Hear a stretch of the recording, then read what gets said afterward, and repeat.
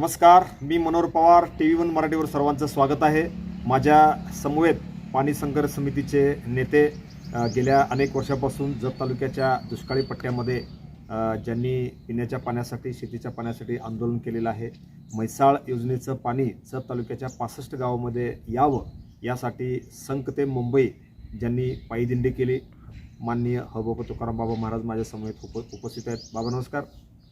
आजच तुमच्या जी गेल्या 2-4 वर्षापासून जी मागणी होती, माडगाळसह 4 ते 5 गावामध्ये स्वतंत्र योजनेनं जे गुड्डापूरचं तलाव आहे, अंकलगीचं तलाव आहे, जे संतचं तलाव आहे, ही भरण्याची तुमची मागणी होती. शासनाकडे तुम्ही वेळोवेळी मागणी केली.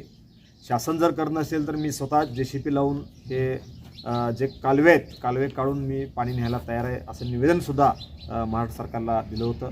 मात्र शासनाने याची गंभीरतेने दखल घेतलेली आहे आणि त्या दखल घेऊन आज त्याची निविदा या ठिकाणी निघालेली. याविषयी काय सांगताय? नमस्कार. सर्वप्रथम मी तुमचं मनापासून अभिनंदन करतो की आपण स्वतः आणि सर्व तालुक्यातले पत्रकार बांधव, इलेक्ट्रॉनिक मीडिया, प्रेस मीडिया ह्या सर्वांनी सातत्यपूर्वक 2017पासून आतापर्यंतच्या कालावधीमध्ये म्हैसाळच्या पाण्यासंदर्भात जेव्हा मी आवाज उठला तेव्हा अगदी प्रखरपणे लेखीत असेल, आपल्या मीडियाच्या माध्यमातून असेल, सांगलीची मीडिया आहे, जतची मीडिया आहे, मंगळवेढ्याची मीडिया, सगळी मीडिया या सर्वांनी जीव तोडून प्रयत्न केला. म्हणून आज खरोखर यश प्राप्त झालेलं आहे. आज खरोखर आम्ही समाधानी त्या बाबतीत झालेलं आहे की जी मागणी माझी होती, की माझी मागणी अशी होती की वसपेठ तलाव, मायताळ कॅनलपासून वसपेठ तलावातून गुड्डापूर तलावातून वड्यापात्रातून संक तलावातून पाणी यायला पाहिजे, ही मागणी माझी होती. 2017पासून मी आत्तापर्यंत सातत्यपूर्वक त्याच मागणीवरती ठाम होतो. विस्तारितवरती माझा विश्वास नव्हता. विस्तारित योजना उगम विस्तारितचा माननीय संजय काका पाटील, माननीय विलासराव जगताप साहेब यांच्या माध्यमातून अंकलितमध्ये विस्तारित योजनेची सुरुवात झाली. मेन त्यावेळेचे जे फाउंडर मेंबर म्हणतो आपण, जे मॅन्युफॅक्चरर्स म्हणतात, ते सुरुवात झाली अंकलगीतून. पण माझा जो मुद्दा होता तो मुद्दा फक्त मायताळ कॅनलपासून वसपेठ तलावातून गुड्डापूर तलाव आणि गुड्डापूर तलावातून वड्यापात्रातून संक तलावामध्ये पाणी पोचलं तर ते हळदी, बालगाव, सुसलातपर्यंत पाणी वड्यापात्रातून कॅनलद्वारे जाऊ शकतं. हे सातत्यपूर्वक माननीय मुख्यमंत्री साहेबांना मी पटवून दिलं होतं आणि खरोखर माननीय मुख्यमंत्री साहेबांचा मनापासून आभार व्यक्त करतो की त्यावेळी त्यांनी जे शब्द दिला होता तो शब्द आज पूर्णत्वाकडे जातोय, तो शब्द आज मान्य होतोय. म्हणून आणि त्याचबरोबर गेल्या 2 महिन्यापाठीमागं अंकली येते, आम्ही रक्त घ्या पण पाणी द्या, ह्या मागणीवरती थांबल्यानंतर त्यावेळी देखील लेखी आश्वासन मिळालं होतं आम्हाला की 6 महिन्यामध्ये तुमच्या कामाची सुरुवात करणार. बालगाव येथे पण तुम्ही आंदोलन घेतलं. हां, ते त्यांना त्यावेळेस आपण सांगतो की प्रत्येक महिन्याला 6 महिन्यापत्र आम्ही गप बसणार नाही. 6 महिन्याला प्रत्येक महिन्याला आम्ही रक्त घ्या, पाणी द्या हे मुद्दा ठेवणार. त्या अनुषंगाने जे पत्र दिलं होतं आणि पहिलं पत्र मी 2019-17पासून आत्तापर्यंत फक्त आणि फक्त वसपेठ तलाव आणि गुड्डापूर तलाव याचीच मागणी करत आलतो. तुम्ही काही लोकांना घेऊन सांगली टू मुंबईपर्यंत पायी दिंडी काढली. त्यावेळेस पण मागणी हीच होती. त्यावेळेला काय तुमच्या मागण्या होत्या? त्यावेळेस पण मागणी हीच होती की वसपेठ तलावातून गुड्डापूर तलावातून वड्यापात्रातून.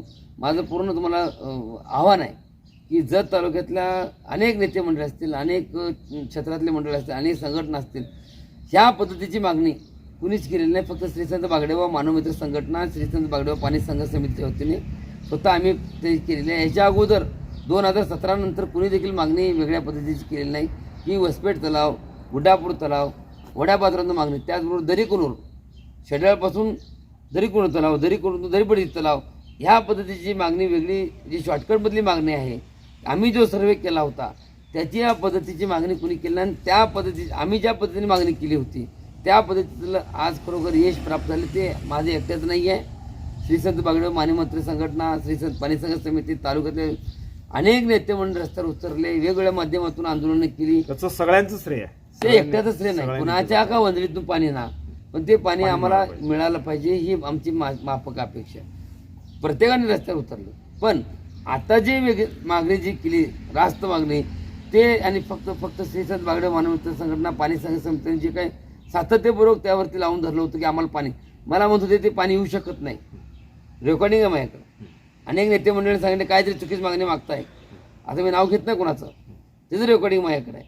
आणि तुम्ही ते पाणी तुम्हाला कसं काय येणार आहे? आज ते पाणी येतंय. ते पाणी आज मुहूर्त स्वरूप लावलं. आज ते पाणी आज आम्ही समाधान आहे. मूळ जी मागणी आहे, विस्तारितची मागणी आमची नव्हती. विस्तारित हे पाणी आम्हाला देतो म्हणून गाजर दाखवलं जात होतं असं आम्ही म्हणत होतो. विस्तारितचं स्वागतच आहे, कारण 2000 कोटीचं टेंडर आणि आता पत्र निघालेलं टेंडर. अनेक अडचणी आहे. रस्त्यामधून येत असताना ज्या गावातून येणार आहे, ज्या रोडवरून येणार आहे, बेडंकी आहे, बेडग आहे, आरग बेडग मार्गावरून येणारी पाईपलाईन आहे, वाटेमध्ये अनेक धुळगाव रांजणी ह्या मार्गातून येणार आहे.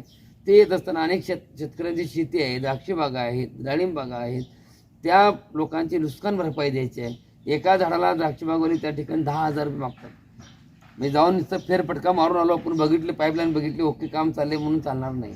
त्या ठिकाणी गेल्यानंतर तिथली परिस्थिती बघितली पाहिजे की त्या लोकांचं काम किती दिवसात पूर्ण होणार ते म्हणतात.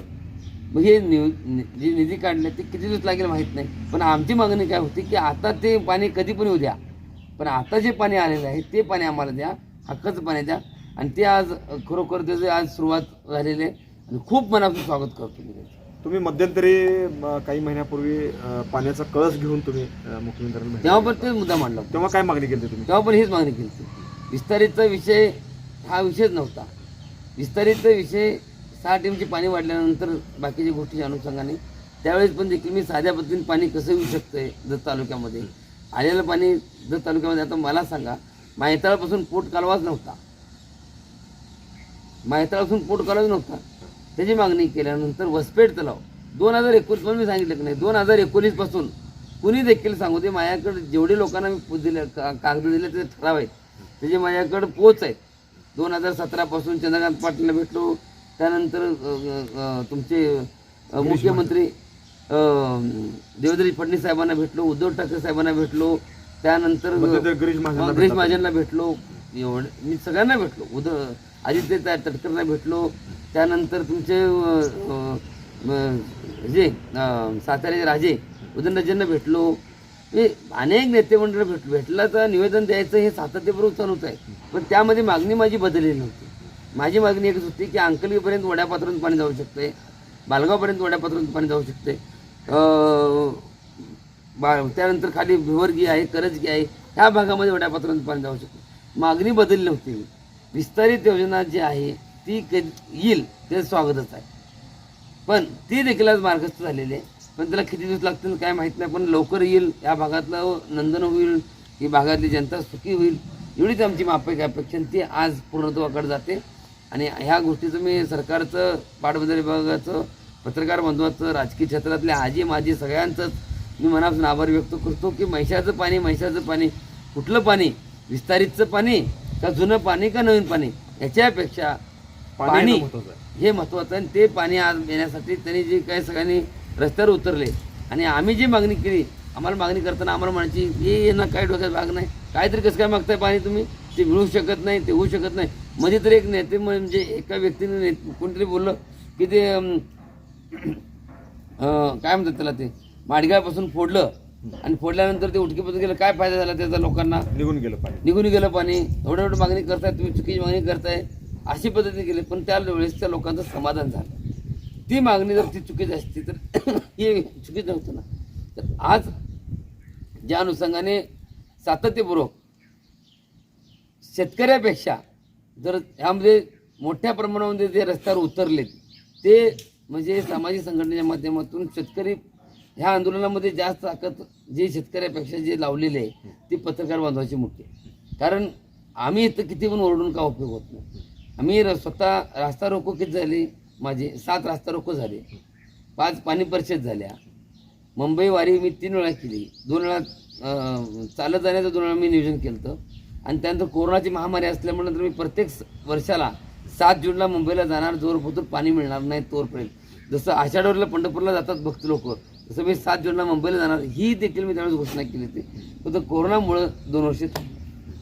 आज निविदा जाहीर झाल्याची बातमी वाऱ्यासारखी जत तालुक्यामध्ये पसरली.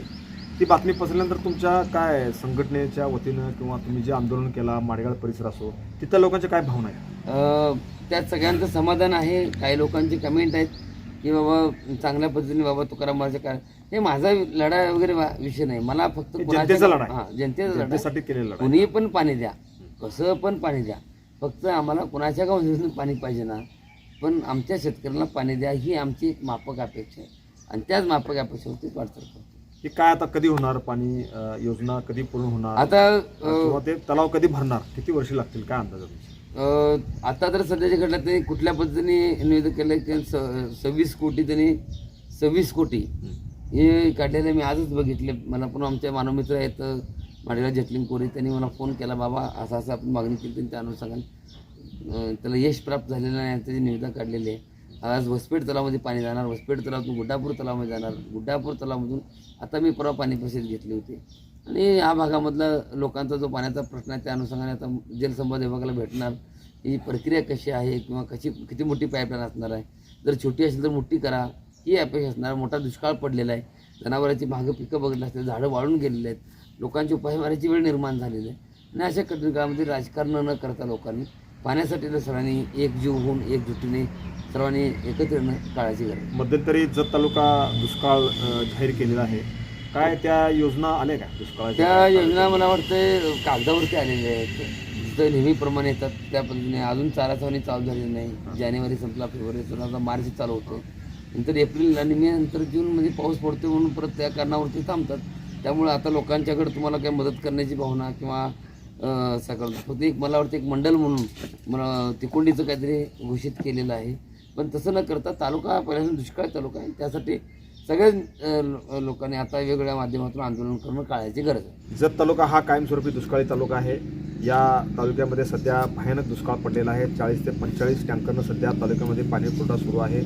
जनावरांना चाऱ्याचा प्रश्न निर्माण झालेला आहे. अनेक लोक जनावरं घेऊन आता जिथं पाणी आहे कर्नाटक राज्याकडे वगैरे चालू लागले. दुष्काळ जाहीर करून सुद्धा अद्याप या तालुक्यामध्ये कोणत्याही योजना सुरू नाहीत. याविषयी काय सांगतो?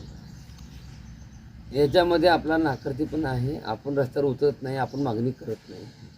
सगळ्यात महत्त्वाची म्हणजे 40-45 नाही साहेब, 60हून अधिक टँकर चालू आहेत. जेवढी बेकार परिस्थिती आत्ता सध्याची घडली आहे. दुष्काळ जाहीर झालेला आहे, पण त्यावर कोण बोलायला तयार नाही.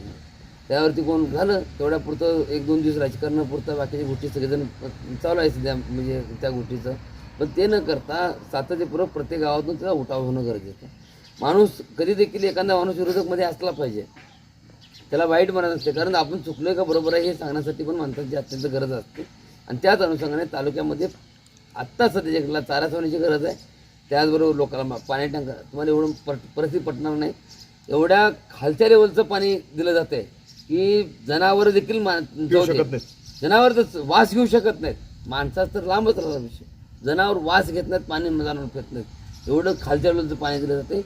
तुम्ही ज्या ज्या भागामध्ये जे मंडळी आहात त्या त्या भागातल्या प्रत्येक माणसाचं गाडी टँकर टाकून पाण्याची तपासणी केली जाते का? आपल्याला माझी विनंती आहे, पत्रकार टिशेल टाकलं जातं, ती गाडी उभा करायची, गाडी उभा करून चेक करायची, गाडीमध्ये वास बघायचा, पाण्यात तुम्ही वास त्या टँकरमध्ये वास घालून बघा, 1000 बक्षीस घ्या माझ्याकडून. म्हणजे अशा पद्धती टँकरचा वास घ्यायचा, मुंडकं त्यात घालून, भयानक अवस्था. म्हणजे अशा परिस्थिती अवस्थेमध्ये तुम्ही जगताय. म्हणजे माणसाला तुम्ही विष पाचताय, एवढी बेकार परिस्थिती निर्माण सध्या घडलं आहे.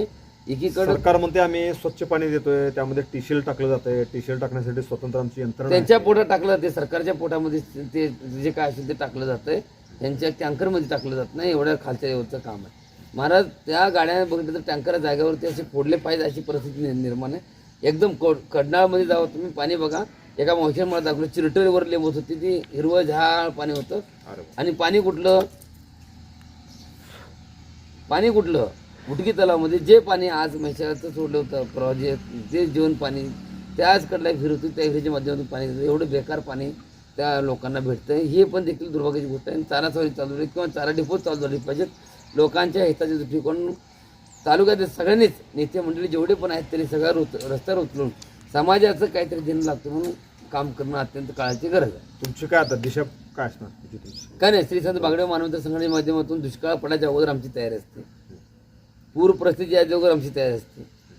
आम्ही सगळ्याच गोष्टीमध्ये सक्षम असतो. कुठल्याही परिस्थितीमध्ये रायगडचा महापूर, वादळी वारा असो किंवा सांगलीचा महापूर असो किंवा कोल्हापूरचा महापूर असो, जेव्हा जेव्हा आपत्कालीन मदत लागते तेव्हा तेव्हा श्री संत बागडे मानवता संघटनेच्या माध्यमातून आम्ही मदत नव्हे तर कर्तव्य म्हणून, रस्त्यावरच्या माणसाला असेल किंवा एखादं घर जळालं असेल तर सातत्यपूर्वक आम्ही मदत म्हणून होतं, कर्तव्य म्हणून करतो.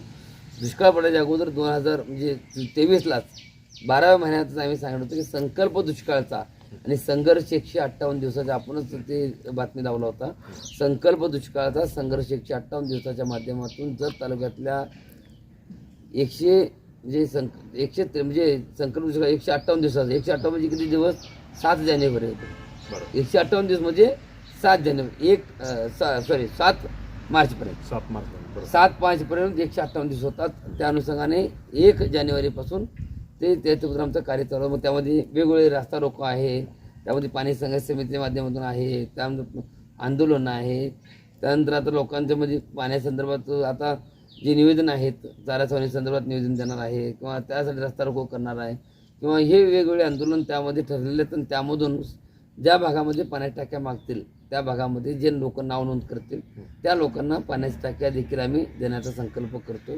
त्या माध्यमातून यावेळेस आम्ही 101 किंवा 201 पाण्याच्या टाक्या सिंटॅक्स टाक्या पाण्याच्या भागामध्ये जनावरांच्यासाठी आम्ही बसवण्याचा संकल्प केला आणि त्यानुसार आम्ही पुढल्या महिन्यातून चालू करतो. ओके, धन्यवाद. हे होते माझ्या समवेत हबप माननीय तुकाराम बाबा महाराज. गेल्या अनेक वर्षापासून त्यांचा या दुष्काळी तालुक्यासाठी संघर्ष सुरू आहे. मानवमित्र संघटनेच्या माध्यमातून या तालुक्यामध्ये त्यांचा नेहमी संघर्ष सुरू आहे. पाण्याची निविदा आता निघालेली आहे. येत्या काही दिवसामध्ये पाणी ह्या तलामध्ये पोचेल. मात्र या तालुक्यातला दुष्काळाचा संघर्ष मात्र अजून सुरूच आहे. त्यांनी काही भयानक घटना या ठिकाणी सांगितल्या की टँकरमधनं जे पिण्याचं पाणी दिलं जाते ते अशुद्ध पाणी दिलं जाते. लोक पाणी पित नाहीत, पाण्याचा वास येतोय. याचीसुद्धा पोलखोल येणाऱ्या काही दिवसामध्ये आपण महाराज करूया. आणि एकंदरीत त्यांचा हा संघर्ष इथून पुढं पुन्हासुद्धा सातत्यानं सुरूच राहणार आहे. धन्यवाद. Press the bell icon on the YouTube app and never miss another update.